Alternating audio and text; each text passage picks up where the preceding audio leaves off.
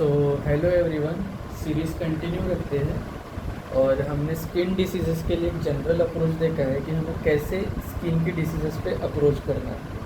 तो उसी तरीके से स्किन में हम एक्ने के ऊपर अभी बहुत लोगों को टीनेजर्स में एक्ने का प्रॉब्लम होता है फेस पर या अदर बॉडी पार्ट्स पर।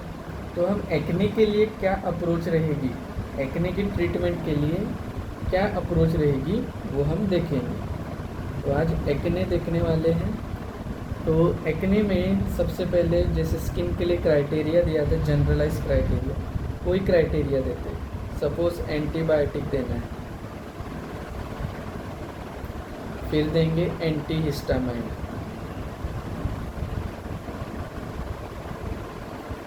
फिर देंगे मल्टीविटामिन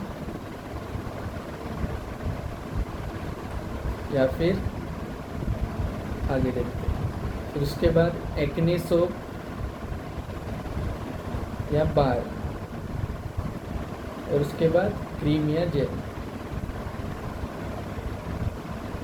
तो इसकी अप्रोच क्या है कि पेशेंट हमारे पास आया है, वो कह रहा है कि मुझे एक्ने हुआ है। तो एक्ने के लिए हम कैसे ट्रीटमेंट देने वाले हैं? सबसे पहले क्राइटेरिया जो देखा है जनरलाइज, उसमें एंटीबायोटिक है। तो एक्ने के लिए जो ज़्यादातर एंटीबायोटिक यूज़ होते हैं वो होते हैं डॉक्सीसाइक्लिन,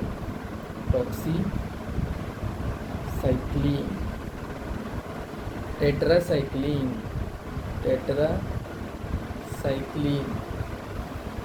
फिर एजिथ्रोमाइसिन।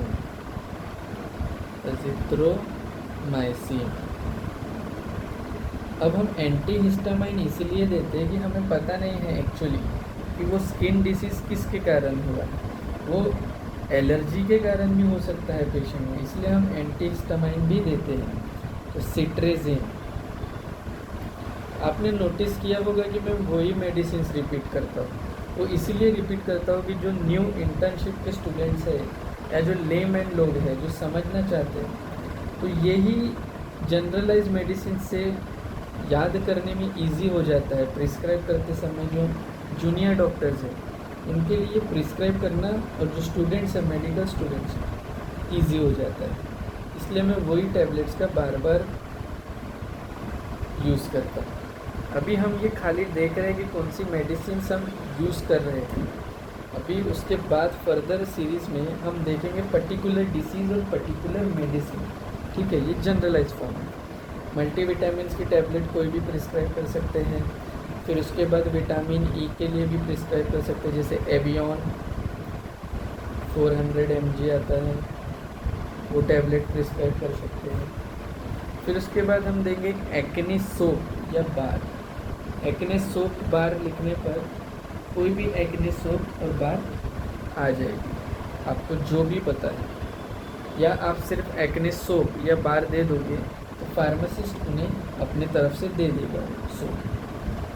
अभी हम आते हैं क्रीम और जेल के ऊपर। क्रीम के लिए हम, अगर पेशेंट के पास सिर्फ और सिर्फ एक्ने के ट्रीटमेंट करना है उसे, तो हम क्रीम यूज़ बता सकते हैं एडापेलिन,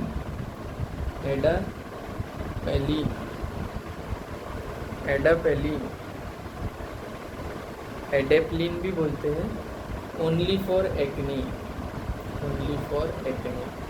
एडेप्लिन, या फिर परसोल जेल, ये ऑप्शन है, दोनों में से कोई है। ये सिर्फ अगर पेशेंट को ओनली एक्ने का इश्यू है तो हम ये जेल प्रिस्क्राइब करेंगे। अगर पेशेंट चाह रहा है कि एंटी एजिंग भी हो, यानी स्किन पे उसके व्रिंकल्स वगैरह हैं या स्किन थोड़ी एज्ड टाइप लग रही है एक्ने के कारण, तो उसमें हम रेटिनो ए यूज़ कर सकते हैं, रेटिनो ए। तो इससे क्या होता है कि ये एक्ने के लिए भी है और एंटी एजिंग भी है। इसमें क्या होगा, ये हमको सिर्फ नाइट में लगाना है, चेहरा धोने के बाद लगाकर सो जाना है, एट नाइट, दोनों भी क्रीम, आफ्टर वॉशिंग फेस। तो एक्ने के लिए अप्रोच यही है कि सबसे पहले हम एंटीबायोटिक देंगे, जैसे डॉक्सीसाइक्लिन, टेट्रासाइक्लिन, एजिथ्रोमाइसिन। फिर एंटीहिस्टामाइन देंगे, सिट्रिजिन हो गई, एलेग्रा, ये हम डिटेल में फर्दर डिस्कस करने वाले हैं।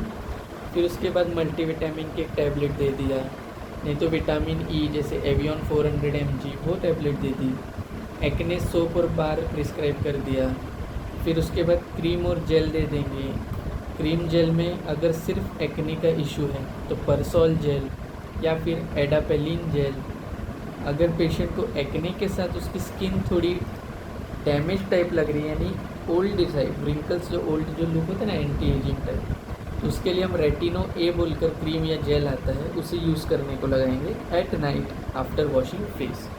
तो ये एक्ने के लिए हमने जनरल वे देख लिया है कैसे हमें उसको अप्रोच करना है, ठीक है। तो एक्ने के लिए इतना ही, बाकी फिर सीरीज़ में कंटिन्यू करेंगे।